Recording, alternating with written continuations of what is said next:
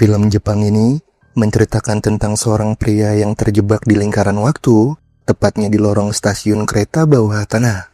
Kisah diambil dari POV seorang pria di kereta yang sedang men-scroll sosial media, yang mana isi berandanya terdapat berita tentang binatang mutasi dan banjir dahsyat. Suara tangisan bayi lalu terdengar, membuat si pria jadi melepas earphone-nya. Salah satu penumpang yang merasa terganggu dengan tangisan si bayi rupanya langsung membentak ibunya si bayi, dan para penumpang yang menyaksikan hal itu sama sekali tidak membela ibunya si bayi. Si pria juga malah kembali memasang earphone-nya, hingga kemudian ia dihubungi mantan pacarnya.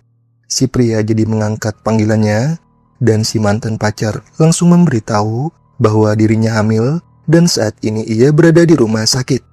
Meskipun sudah putus, si mantan pacar tetap minta tanggung jawab si pria, membuat si pria seketika bingung, tidak tahu harus mengatakan apa. Kabar tersebut membuat si pria sedikit terkejut, bahkan sampai membuat penyakit asmanya kumat. Si pria pun jadi akan segera menemui si mantan pacar di rumah sakit, tapi panggilan tiba-tiba berakhir karena tidak ada sinyal. Si pria pun berjalan menuju lorong pintu keluar 8, tapi anehnya setelah 2 kali bolak-balik, dirinya malah tetap kembali ke lorong itu. Si pria pun menyadari ada keanehan, dan sekarang si pria ini kita sebut sebagai The Lost Man. The Lost Man lalu kembali berjalan tanpa menyadari bahwa di balik tanda tulisan pintu keluar 8 ada instruksi yang menyuruhnya untuk putar balik. Akibat mengabaikan instruksi itu, The Lost Man akhirnya kembali ke lorong yang sama, dan pria berjalan yang dari tadi mondar-mandir kini tiba-tiba bersikap aneh.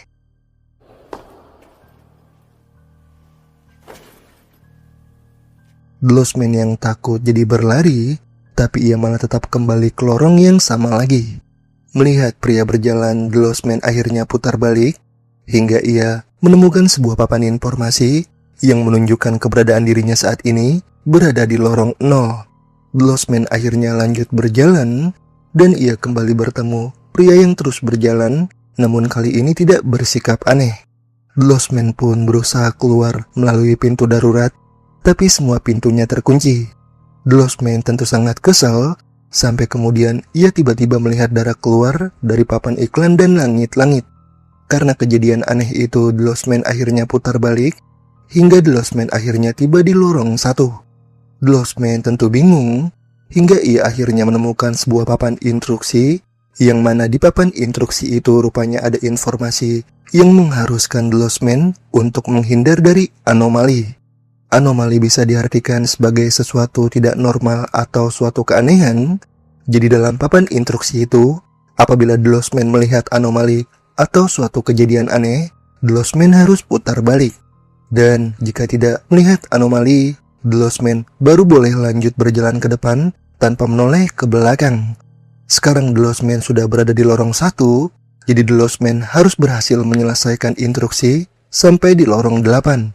Karena jika sudah sampai di lorong 8, The Lost Man otomatis akan bisa keluar. Setelah membaca instruksi itu, The Lost Man pun kembali berjalan, dan darah yang sebelumnya ia lihat sudah menghilang. The Lost Man tentu bingung, apakah darah yang tadi ia lihat adalah anomali? The Lost Man yang masih belum mengerti akhirnya menanyakan tentang anomali ke pria yang berjalan, tapi pria berjalan menghiraukan. The Lost Man pun lanjut berjalan tanpa menyadari bahwa lampu-lampu di lorong berantakan. Hal itu jelas anomali, dan instruksinya kalau ada anomali, The Lost Man harusnya putar balik. Tapi karena The Lost Man tidak menyadari, The Lost Man akhirnya terus berjalan, jadi ia pun harus turun kembali ke lorong 0. The Lost Man kemudian lanjut berjalan, dan agar mudah menemukan anomali, ia jadi memfoto benda-benda yang ada di lorong.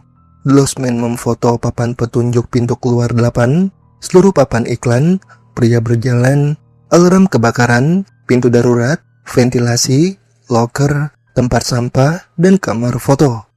Karena tidak menemukan anomali, The Lost Man akhirnya tiba di lorong 1, hingga The Lost Man kembali melanjutkan langkah. Tapi ia sangat kesal karena foto seisi lorong yang sebelumnya ia ambil tiba-tiba rusak. The Lost Man jadi lanjut berjalan sambil memeriksa semua benda yang ada di sekitar lorong, Tapi saat menoleh ke belakang, The Lost Man kembali melihat pria berjalan bersikap aneh. The Lost Man yang sadar pria berjalan adalah anomali akhirnya putar balik, hingga The Lost Man akhirnya berhasil tiba di lorong 2. The Lost Man pun kembali melanjutkan langkah, sampai saat tiba di loker, ia mendengar suara tangisan bayi.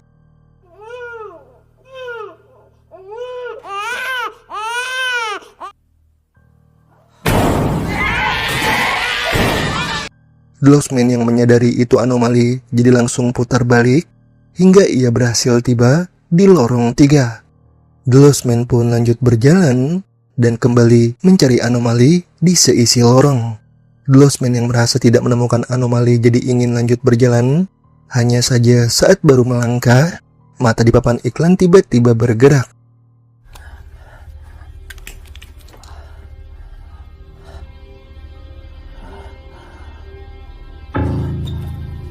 The Lost Man yang sadar itu anomali jadi langsung putar balik hingga ia pun berhasil sampai ke lorong 4. The Lost Man pun lanjut melangkah dan ia tidak menemukan anomali. The Lost Man yang bisa sampai ke lorong 5 tentu merasa lega karena artinya ia harus sampai ke 3 lorong lagi untuk bisa keluar. The Lost Man pun meneruskan langkah dan lebih semangat untuk menemukan anomali, tapi tiba-tiba ponselnya berdering. Si mantan pacar rupanya menghubungi dan ia langsung menanyakan keberadaan The Lost Man. The Lost Man lanjut melangkah sambil menjelaskan bahwa saat ini ia terjebak di lorong stasiun bawah tanah dan tidak bisa menemukan jalan keluar. The Lost Man memastikan akan secepatnya menemui si mantan pacar, jadi ia minta si mantan pacar menunggu. Si mantan pacar mengaku belum bisa mengambil keputusan untuk masa depan bayinya, hingga The Lost Man jadi minta si mantan pacar tidak khawatir karena ia akan segera menemui si mantan pacar. The Lost Man lalu menceritakan kejadian sebelumnya di kereta tentang bayi yang menangis dan ibunya dibentak-bentak oleh penumpang pria. Tidak ada satupun penumpang yang membela ibu bayi itu, bahkan The Lost Man juga ikut mengabaikannya. The Lost Man merasa bersalah karena terlalu penakut dan ia tidak tahu apakah orang sepertinya bisa menjadi ayah yang baik. The Lost Man pun memastikan akan segera keluar untuk menemui si mantan pacar, padahal si mantan pacar sebenarnya berada di lorong juga. Tapi dalam sekejap si mantan pacar sudah menghilang, dan saat The Lost Man lanjut melangkah, ia langsung lemas karena ternyata ia kembali ke lorong 0. Harusnya tadi The Lost Man putar balik saat mendapat panggilan dari mantan pacar, karena panggilan dari si mantan pacar jelas anomali. Kenapa panggilan si mantan pacar dianggap anomali? Karena si mantan pacar tidak mungkin bisa menghubungi The Lost Man, sebab saat pertama kali masuk lorong, ponsel The Lost Man sudah tidak ada sinyal. The Lost Man pun lanjut berjalan sambil menahan sedihnya, sampai ia melihat lampu di lorong sudah berubah menjadi kuning. Hal itu jelas anomali, tapi The Lost Man yang sudah putus asa memilih terus melangkah dan melampiaskan kekesalannya. Tapi pada akhirnya The Lost Man bangkit dan putar balik, karena ia sudah berjanji akan keluar dari lorong secepatnya untuk menemui mantan pacarnya. The Lost Man pun lanjut berjalan untuk ke lorong selanjutnya, hingga ia melihat seorang bocah. The Lost Man akhirnya putar balik, namun ternyata ia tetap berada di lorong 0. The Lost Man pun sadar bahwa bocah yang ia lihat bukanlah anomali. The Lost Man jadi bertanya apa yang membuat si bocah bisa berada di lorong, tapi si bocah langsung berlari dan menunjuk si pria berjalan. The Lost Man pun memberitahu si bocah bahwa pria berjalan itu bukanlah manusia. Nah, jadi sebenarnya dalam kisahnya pria berjalan ini ternyata juga terjebak di lorong bersama si bocah dan sedang berusaha keluar dari lorong juga. Pria berjalan rupanya sudah berada di lorong 4 dan ia langsung melanjutkan langkahnya bersama si bocah. Si pria berjalan pun mencari anomali di sekitar lorong, dan orang yang mondar-mandir di lorong dalam kisahnya adalah seorang siswi SMA. Setelah dirasa tidak ada anomali, si pria berjalan pun terus melaju, hingga akhirnya ia tiba di lorong 5. Si pria berjalan yang sangat senang akhirnya lanjut melangkah bersama si bocah, tapi kali ini si siswi yang mondar-mandir tiba-tiba berbicara. Si siswi rupanya tahu si pria berjalan sedang berusaha keluar, dan ia ingin ikut karena ia juga terjebak di lorong itu. Si pria berjalan pun mempersilahkan, tapi si siswi malah bertanya mengapa mereka bisa terjebak di tempat itu. Apakah lorong itu adalah neraka? Dan apakah mereka sengaja dimasukkan ke situ akibat dosa mereka di masa lalu? Si pria berjalan yang mendengar itu jadi cemas, karena jika omongan si siswi benar, artinya mereka sudah mati dan ditempatkan di lorong itu. Tapi si siswi rupanya hanya bercanda dan menegaskan bahwa lorong stasiun bawah tanah itu hanyalah lorong biasa. Si pria berjalan yang merasa lega jadi mengajak lanjut, tapi si siswi malah kembali bertanya, mengapa si pria berjalan sangat ingin keluar dari lorong, padahal lorong itu adalah tempat yang tenang. Neraka yang sesungguhnya justru berada di kereta, karena di kereta mereka harus merasakan sesak setiap berangkat kerja. Pria berjalan yang kebingungan mendengar perkataan si siswi tentu mempertanyakan apa maksudnya, tapi si siswi terus mengulang kata, berangkat kerja di kereta penuh sesak sangat menyedihkan seperti berada di neraka. Pria berjalan jadi menghentikan ucapan si siswi, tapi si siswi malah mematung dan tiba-tiba, 大丈夫ですか？毎日ぎゅうぎゅう詰めの電車乗って会社行って同じこと繰り返して。 pria berjalan pun menyadari si siswi adalah anomali, jadi ia langsung mengajak si bocah untuk putar balik. Ia tiba di lorong 6, jadi hanya tinggal 2 lorong lagi yang harus ia lewati untuk bisa keluar. Pria berjalan pun lanjut melangkah, dan ia yakin di lorong kali ini tidak ada anomali. Tapi si bocah mematung melihat gagang pintu darurat, karena gagang pintunya ternyata berada di tengah. Hal itu tentu anomali, tapi si bocah tidak memberitahukan soal anomali itu ke pria berjalan. Si pria berjalan juga tidak mengecek lagi dengan teliti, dan ia malah mengajak si bocah untuk lanjut. Gara-gara kecerobohan itu, akhirnya membuat lorong keriset kembali ke nol, dan ia pun akhirnya sangat frustasi. Si pria berjalan pun minta maaf ke si bocah, karena kecerobohannya mengakibatkan mereka jadi harus mengulang lagi dari awal. Si pria berjalan pun mengajak si bocah melangkah lagi, sampai akhirnya ia melihat tangga jalan keluar di ujung lorong. Si pria berjalan yang sangat lega jadi mengajak si bocah untuk keluar melalui tangga itu, tapi si bocah tidak mau ikut, karena ia tahu tangga itu anomali. Si pria berjalan akhirnya memutuskan pergi sendiri lewat tangga itu, dan si bocah yang kini sendirian akhirnya putar balik hingga tiba di lorong 1. Si bocah pun lanjut melangkah, dan saat kembali bertemu pria berjalan, si bocah langsung mendekat. Hanya saja kali ini si pria berjalan mengabaikan, karena sepertinya ia sudah terjebak dan hanya akan menjadi anomali atau NPC yang mondar-mandir di lorong itu. Si bocah akhirnya lanjut melangkah sendirian, sampai akhirnya ia bertemu The Lost Man. The Lost Man jadi putar balik karena mengira si bocah sebagai anomali, tapi saat tahu lorongnya menurun, The Lost Man pun menyadari bahwa si bocah bukanlah anomali. Si bocah lalu berlari dan menunjuk pria berjalan, hingga The Lost Man memberitahu bahwa si pria berjalan sudah tidak menjadi manusia lagi. Jadi The Lost Man mengajak si bocah untuk melangkah bersama, hingga si bocah melihat tulisan di balik papan petunjuk yang memerintahkan untuk putar balik. Si bocah akhirnya mengejar The Lost Man, namun bukannya memberitahu tentang adanya anomali, si bocah ini malah terus diam. Akhirnya The Lost Man kembali ke lorong 0, tapi The Lost Man kali ini sudah bisa lebih tenang dan mengajak si bocah untuk lanjut. Saat merasa ada anomali di poster, The Lost Man jadi mengajak si bocah putar balik, tapi si bocah yang merasa tidak ada anomali memilih terus melaju hingga tibalah di lorong 1. The Lost Man lalu melanjutkan langkahnya bersama si bocah, dan saat memeriksa benda-benda di lorong, ia tidak menemukan anomali. The Lost Man pun mengajak lanjut, tapi si bocah mematung karena melihat gagang pintu darurat berada di tengah. The Lost Man yang menyadari itu jadi putar balik, sampai tibalah ia di lorong 2. The Lost Man pun melanjutkan langkahnya, hanya saja lampu tiba-tiba mati. Suara jeritan bayi dan binatang mutasi lalu bermunculan.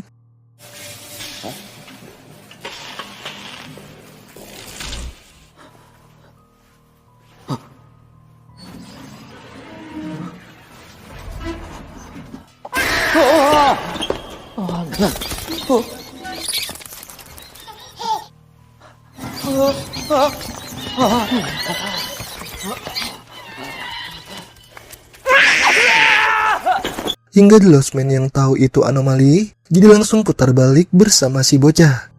Mereka akhirnya berhasil tiba di lorong 3 dan kembali bergegas melanjutkan langkahnya. Mereka sempat melihat kucing di lorong, dan setelah kucing itu pergi, mantan pacarnya The Lost Man tiba-tiba muncul. Si bocah pun langsung ingin mendekat ke mantan pacarnya The Lost Man karena ia menganggap pacarnya The Lost Man sebagai ibunya. The Lost Man jelas menahan si bocah, tapi si bocah malah tidak sadarkan diri. The Lost Man jadi putar balik menggendong si bocah, meninggalkan mantan pacarnya. Setelah itu, The Lost Man akhirnya berada di lorong 4. Si bocah yang tersadar lalu mulai berbicara bahwa ia sengaja menghilang agar ibu mencarinya. The Lost Man jadi menanyakan keberadaan ayahnya si bocah, tapi si bocah mengaku belum pernah melihat ayahnya. The Lost Man akhirnya mengajak si bocah melanjutkan langkah, karena si bocah harus menemui ibunya, dan ia juga harus segera menemui mantan pacarnya. Mereka pun mencari anomali bersama, hingga si bocah langsung menemukan anomali, yaitu gambar angka 8 yang terbalik. The Lost Man dan si bocah langsung putar balik, hingga mereka akhirnya tiba di lorong 5. Mereka pun lanjut melangkah, hingga pintu darurat yang ada di lorong tiba-tiba terbuka dengan sendirinya. The Lost Man langsung memeriksa, dan di dalam pintu tersebut, rupanya ada gambaran ketika dirinya berada di kereta. Sebelumnya dikeretakan, ada penumpang pria yang membentak seorang ibu yang membawa bayi, dan The Lost Man yang menyaksikan hal itu sama sekali tidak membela si ibu. Kini The Lost Man sangat merasa bersalah, jadi ia langsung mengajak si bocah untuk putar balik. Mereka pun sampai di lorong 6, dan sebelum lanjut, The Lost Man bertanya ke si bocah apa yang akan si bocah lakukan setelah berhasil keluar dari lorong itu. Si bocah pun mengaku hanya ingin makan pizza, membuat The Lost Man tersenyum. The Lost Man sendiri masih tidak tahu harus melakukan apa jika berhasil keluar, hingga si bocah yang mendengar itu jadi langsung memberikan cangkang ke lomang. Si bocah memastikan cangkang tersebut akan melindungi The Lost Man, hingga The Lost Man jadi berterima kasih. The Lost Man pun melanjutkan langkah dengan si bocah, karena sekarang mereka hanya tinggal melewati 2 lorong lagi untuk bisa keluar. Mereka jadi lebih semangat mencari anomali, namun tiba-tiba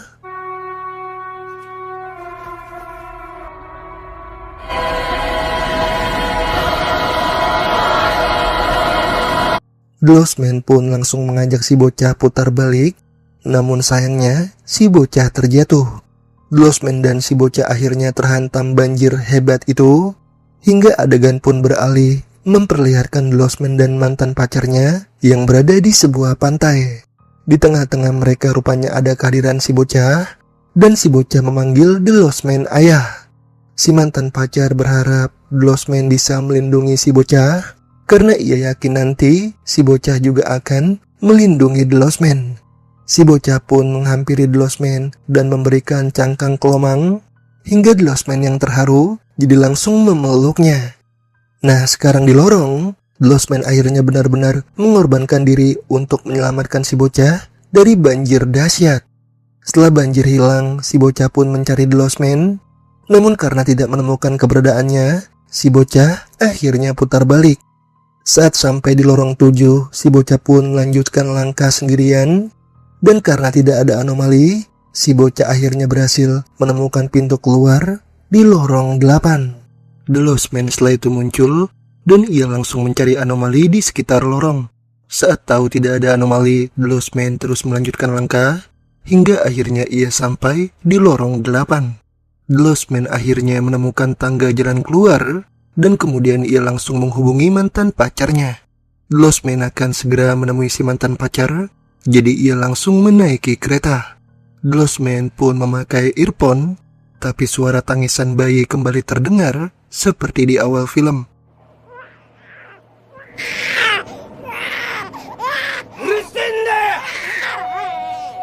Salah satu penumpang yang terganggu pun membentak ibunya si bayi, dan The Lost Man yang di awal film tidak peduli, kini langsung menghampiri si penumpang pria. Nah, kesimpulan dalam cerita di film ini, alasan The Lost Man bisa terjebak di lorong secara berulang, mungkin bermula dari saat ia berada di kereta. Di awal, The Lost Man kan sempat mendengar seorang penumpang pria membentak ibu yang membawa bayi, tapi karena ia penakut, ia jadi tidak membela ibu itu. Akhirnya ia dihantui rasa bersalah, dan saat turun dari kereta, ia langsung mendapat kabar mengejutkan dari mantan pacarnya yang hamil. Kabar itu membuat kondisi psikologisnya semakin terguncang, dan ia tidak tahu harus melakukan apa. Saking bingungnya, ia jadi seperti orang yang kehilangan arah, dan hal tersebut yang mungkin menjadi penyebab dirinya harus terjebak di lingkaran waktu yang berulang-ulang. Dalam perjalanan melewati lorong, The Lost Man bertemu seorang bocah, dan ia sempat terhantam banjir anomali bersama bocah itu. Setelah terhantam banjir, The Lost Man membayangkan berada di pantai bersama mantan pacarnya, dan di tengah-tengah mereka ada kehadiran si bocah. Si mantan pacar berpesan agar The Lost Man melindungi bocah itu, jadi saat di lorong, The Lost Man pun benar-benar menyelamatkan si bocah dari banjir anomali.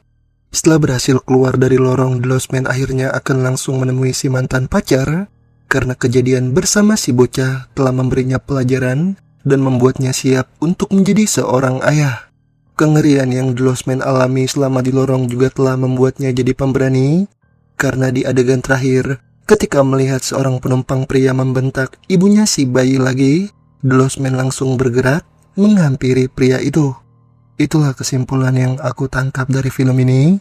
Kalau salah, mohon dimaafkan, dan kalian boleh menulis kesimpulan sendiri di kolom komentar.